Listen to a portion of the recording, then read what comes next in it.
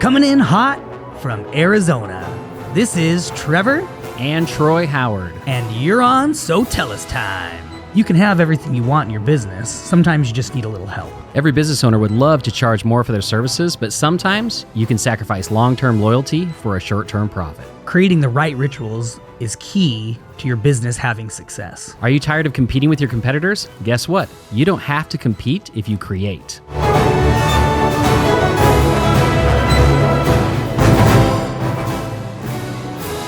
Hey everybody, welcome to another episode of SoTellUs Time. We're super excited to be here with you guys. Today we've got a great podcast. We apologize, we did miss last week. Yes, I was out sick and Troy was just overwhelmed, swamped with lots and lots of things going on with the business, with work, with clients. It is the end of the year almost. As we all know, it gets crazy, it gets busy. And so we apologize about that. But we are back this week. We love doing this. We try to be here every single week. We got some events coming up. In fact, we've got the last event, hallelujah, for the end of this year. I love events. I love traveling. I love getting out there and seeing clients, meeting new potential clients, getting new clients. But by the end of the year, Troy and I are ready to be done traveling.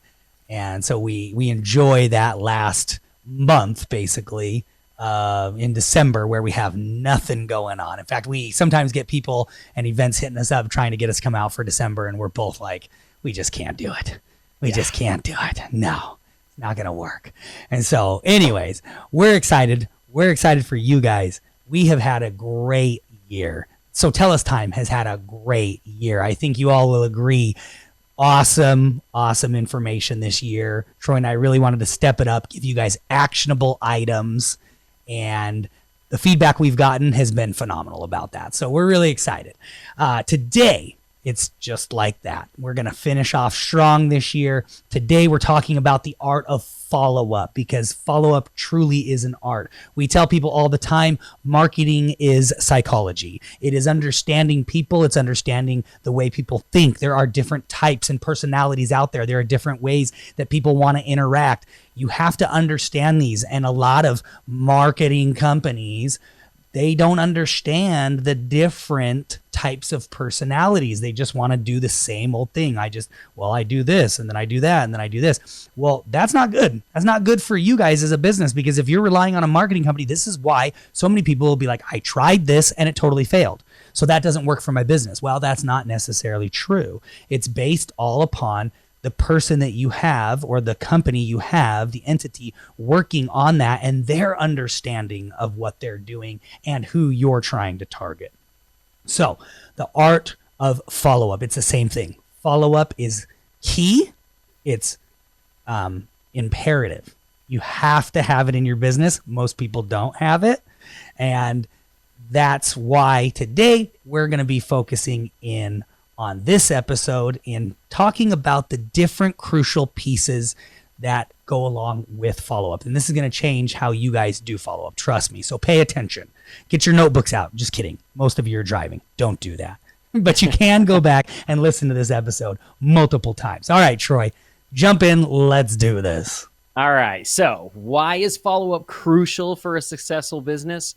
Well, what you need to understand is follow-up is not just a task that you have to complete. It is a fundamental part of building trust and rapport with both your potential clients and your existing clients. So as we go through this, I want you to think about, don't just think about one group, like, oh, I need to think about following up with my clients, or, oh, I need to follow up better with my leads. No, you need to think about your follow-up as a whole for your business.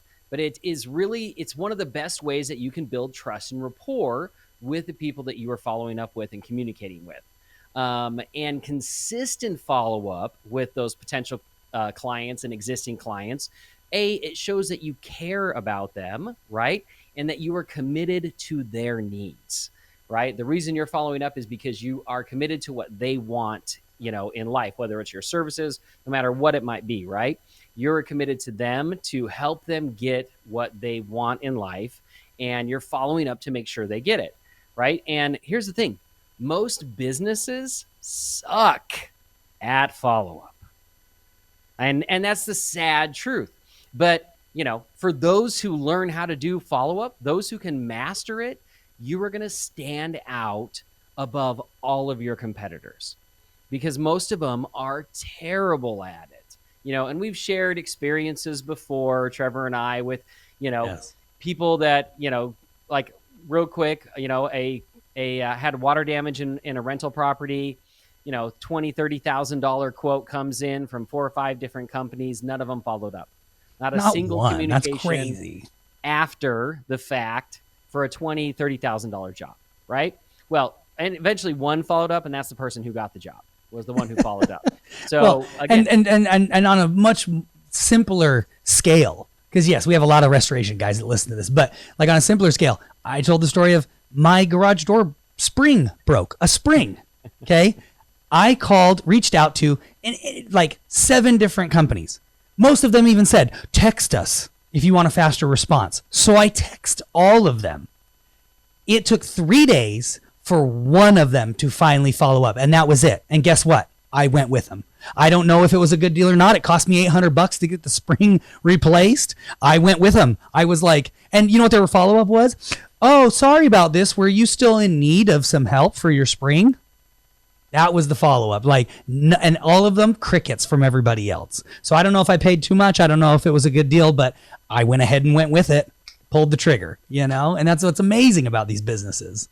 Exactly. So now that we understand the significance of follow-up, how can we effectively implement it in our businesses?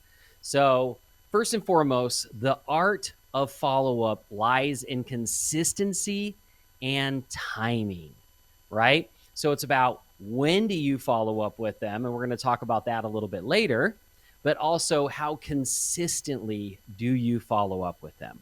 So again, I want you to think about this from a leads perspective and also from your existing customer perspective. Because guess what?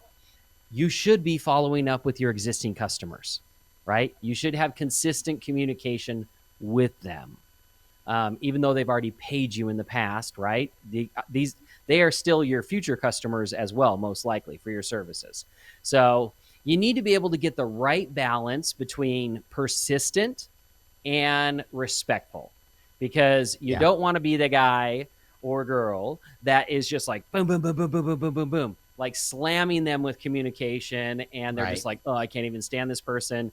I'm not going to respond to them. Like hit stop, block the number, whatever it might be. So you don't want to be that person, but you also don't want to be the person that never follows up or follows up once and then follows up 30 days later. Like you need to be, persistent. There's a balance there, and you need to think about and one of the ways to figure this out is you need to think about kind of the life cycle of, especially when it comes to leads, with your, potential client.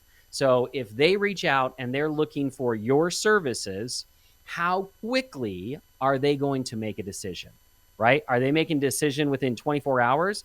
Are most of them making a decision within 7 days? Based on when the majority of them make your decision, that's what you need to look at to decide how consistently do you need to follow up with them to make sure that you get the sale versus your competitor getting the sale. Right. So, and then is there also a period after that where maybe they don't make a decision, but they're going to be ready for a decision, 3 months down the road. And then you have more follow-up at that point. And that's really important as well. And Trevor can kind of Trevor, do you want to talk about with the post place, how we had follow-up in the beginning and then a 3-month follow-up? Yeah. So in the post place, we've talked about it before, but it's a content marketing system that we built that really just helps clients, local businesses dominate their area. It gives Google exactly what they want, and it makes that business become the authority. And that's just a brief. I'm not pitching the post place here. I just want to give you an idea. So it's a very powerful tool. And what we found was we would either close a client in the first really 24 hours of them opting in, 24 hours to 48 hours of them opting in. They were they were hot, they were excited, they were like, this is awesome. Or we would close them. It was something and correct me, you might remember better, but I swear it was at the 3-week mark or maybe No, 3-month mark. It was like 90 days. Yeah, it was like 3 weeks, and then it was like 3 months, because it was like they were either ready, they were hot and ready to take action, or the people. The reason I say 3 weeks was because we also had a nurture campaign, right, which is the follow up. So people would take action around 3 weeks, because we were targeting at this time. The first clientele we targeted was carpet cleaners, and so like they were ready to like either jump, or they were like, hey, I got to get a few things in order. And then it was like by that 3-month mark, we saw, so Troy's right that it was like right away, or the highest was right away, or at the 3-month mark, man, we just had an influx of people that we had been following up with. And again, when we say follow up, guys, we're also talking automation. I don't know if Troy's got that in the thing here, so I don't want to take it too much away. I'm not talking about you having to physically do everything. That would be a little, hard to do, but some automation in place. We had automation in place, obviously. And at that 3-month mark, it was like, bam, we would get a whole lot of sales at 3-month mark, which was awesome. Because if you think about that, if we didn't have the nurture, we'll call it a nurture campaign, following up with these people, having touch points, we would never have known that at 3 months people wanted to take action, or were going to take action, or were finally ready to take action. If we would have just followed up in the first 24 hours, 48 hours, even the first 7 days, well, we would have lost out on a whole lot of sales. And I'm talking hundreds and hundreds of sales, which turns into millions of dollars, guys. So that is, and I'm going to just throw this in, Troy. I'm going to guess you don't have this in there, but it's like, I always tell everybody, you don't know data. You don't know your data. You don't know your numbers until you have 12 months worth of data, until you have done January, basically back to January, because each month is going to be different. And then when it comes to follow-up with your different follow-ups, maybe you do have this in there, Troy, I don't know, but 12 months worth of data, that is when you have truly tested something, you truly know the numbers behind it, and you can then say this works or this doesn't work. And that's just what Troy and I preach all day long to people. So yep, absolutely. And Trevor's exactly right. We kind of had those 3 upticks. We had the 24 to 48 hour, we had the 3 week, and then we had the 3 month. And what was interesting about the 3 month was, the psychology of it was we were reaching out to them. We were nurturing them along the way. Yep. But at that 3 month mark, we basically hit them pretty boldly with like, hey, look, you took a look at our platform 3 months ago because you wanted to be ranked on the first page of Google. Are you ranked on the first page of Google now? Right. Because if you aren't, then what you're doing right now doesn't work. And they were like, you're right. They would come back and they'd be like, you're right. I wanted things to change. I didn't do anything. I just kept doing the same thing I was doing before, and nothing's changed in my business. So, there was a psychology behind it at that 3 month mark, but it was that consistent communication and that follow-up that got us that huge influx of sales at the 3 month mark. Right. So the other thing is you want to be using multiple channels. So not just the same channel, right? You want to be able to reach out to them via email. You want to make phone calls to them. You want to send text messages to them. You want to make sure that you're reaching out to them in several different ways so that if one channel isn't their preferred method, they're seeing it in their other channels. So that's important as well. The other thing too is you want to tailor your message to the avatar, to the person you're talking to.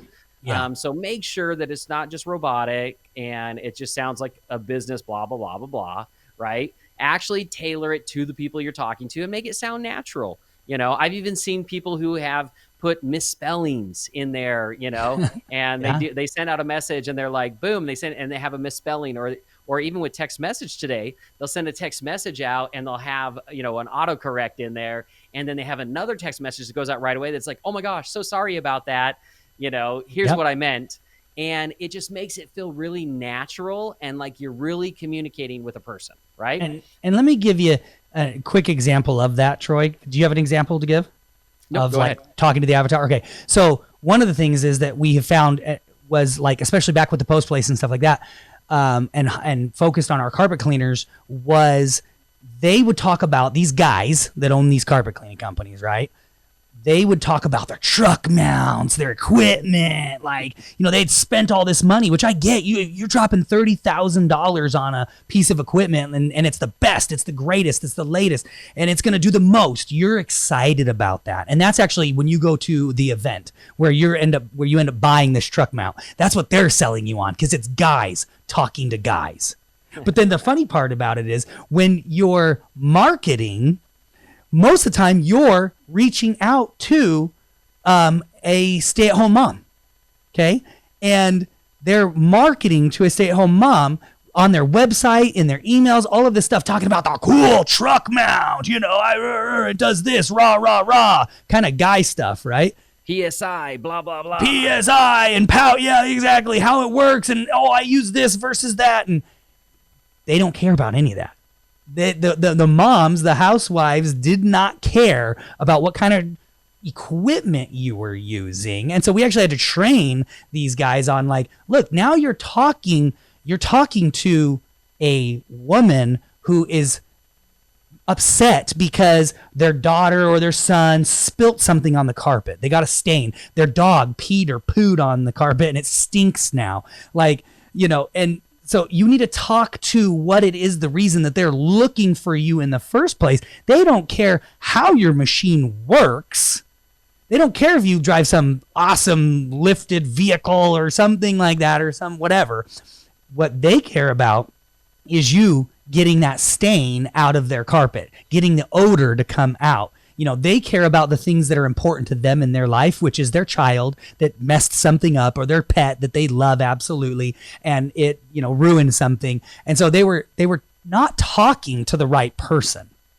And I think a lot of people will recognize, if they take a look at their website, they're going to think back or they're going to think about that right now. And you're going to go, oh, am I talking to the right person? Do they care about the equipment I'm using? Do they care about the chemical I'm using?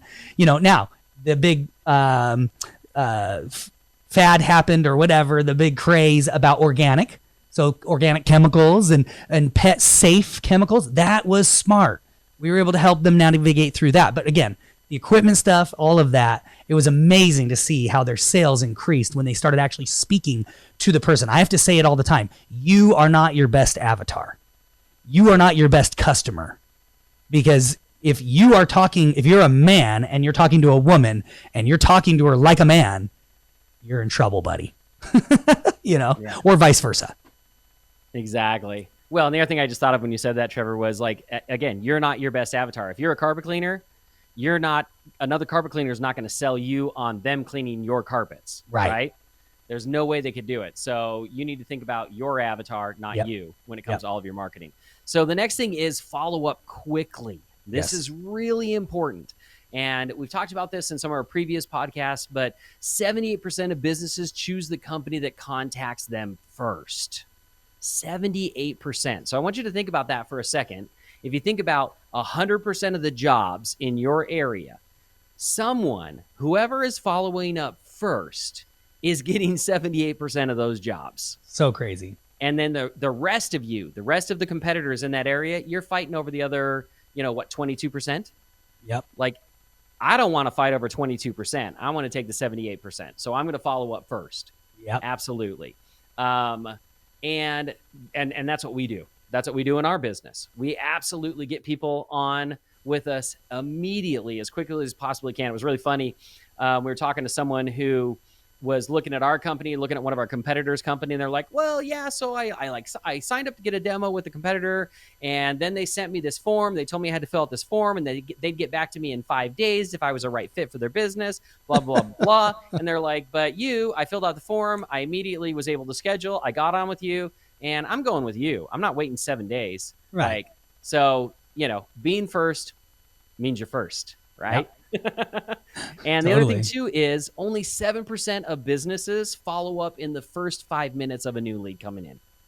So if you want to be in the top, 7% of businesses of your competitors, follow up in the first 5 minutes. Yep.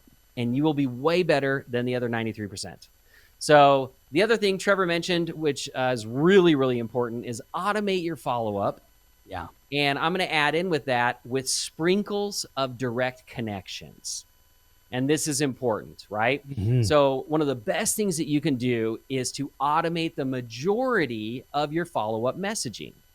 So you want to be able to have emails going out, text messages going out, follow-up happening without you or your team having to physically do that follow-up every single time. So there's a couple benefits to that. One, you know what happens if it's automated, right? Nobody can drop the ball if it's an automated process. Number two, you have consistency in your messaging.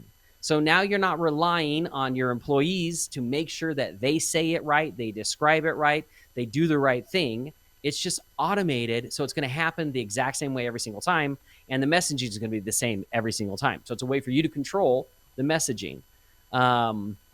But you also want to sprinkle in direct connection from you and your team, or your team, either way, right? Because that is going to create that personal touch and that personal feel. So what do I mean by sprinkle it in? Well, for example, one thing you could do is a new lead comes in the door, have automated emails and text messages that go out instantly to the person, replying to them, thanking them for filling out the form, or requesting a quote or whatever it might be. Then have a connection point where maybe you have a task assigned to one of your team members that, boom, this lead just came in, reach out and call this person, right? Call them immediately. And then you can continue to do that, right? Let's say you don't get that lead right off the bat. They don't respond to you. Awesome. Have more automated text messages and emails going out, but then build in points where, your system is telling your team, hey, pick up the phone and make a call, right? Reach out to them personally so that they know that we have real people behind us, right? That actually care about them and they're going to work with, right? Because people want to work with people. So have the automation, but sprinkle in those just little points of personal connection with them. Anything else you want to add, Trevor? No, that's good. I mean, guys, follow-up is key. And I guarantee it is a problem for most of you because it can change, and it's always changing, right? And it can always be improved and get better. We're always doing better. We're always improving it. And we know for a fact, because we have thousands of clients in 32 countries around the world, we're interacting with lots of businesses. And that's what's been so great about us and why we have so much knowledge about these different things. And we have the podcast to share with everybody. We want to take the experiences that our clients are having, that we've had over the last 23 years of business, and share that with you. Take that knowledge and let you implement these different things. And I can tell you time and time again, the follow-up, it's never as good as it should be or could be. And so automation is key. Everyone's talking about, and I love it. Like, I'm not going to go off on a rant necessarily, but AI, everyone's talking about AI. AI is cool. But I can tell you that AI is only cool to a certain point. And what really people should be focusing on, don't be focusing on, I had somebody call me up the other day, I really want to get AI involved in my business. And I'm like, dude, you have not even implemented X, Y, and Z yet. And it's like knowing your numbers, follow up, speed to lead. There's some things that I'm like, you are trying to run before you walk. And don't do that. Don't get caught up in the latest, greatest, hottest thing. Build the foundation so that you can have a business that, lasts through these different, economies, these different shutdowns, these different, experiences that we can't always, or situations we can't always control, but we can be prepared and solidified in them and still grow through them. So this week, guys, homework. Take a look at your follow-up procedures. What can be improved? What can be added to or changed to make your follow-up sequence better? Get to the customer faster. Get to the customer in an automated way so that you don't have to have a body just sitting there doing all of this, because a lot of times they say where you put a human in place, you put a place to break. Yeah. You put in something that can break easily, because all it takes is they're doing one thing and the phone rings and bam, they never get back to that other thing that they were doing. And so it's too easy. If you need help with automation, Troy and I have talked about this before, we've got something new. We've got SoTellUs Connect. It is amazing. If you're not auto texting your customers, if you're not auto emailing your customers, if you're not auto following up with your customers, having like a customer calls in or opts in on your website and you're not automatically calling that customer, connecting your staff with that customer, then you're missing out. You haven't, implemented a very robust but simple follow-up sequence. Reach out to us. Email us, support@SoTellUs.com. No problem. We're going to help you guys out. Shameless pitch right there. Shameless because it's awesome. We're helping customers out and it's really important and it's changing businesses. This will change your business. Go with us. Don't go with us. Go with somebody, but get it done. We love you. We appreciate you guys. Thank you for spending 25 minutes with us. You're the best. We will catch you guys on the next episode of SoTellUs Time.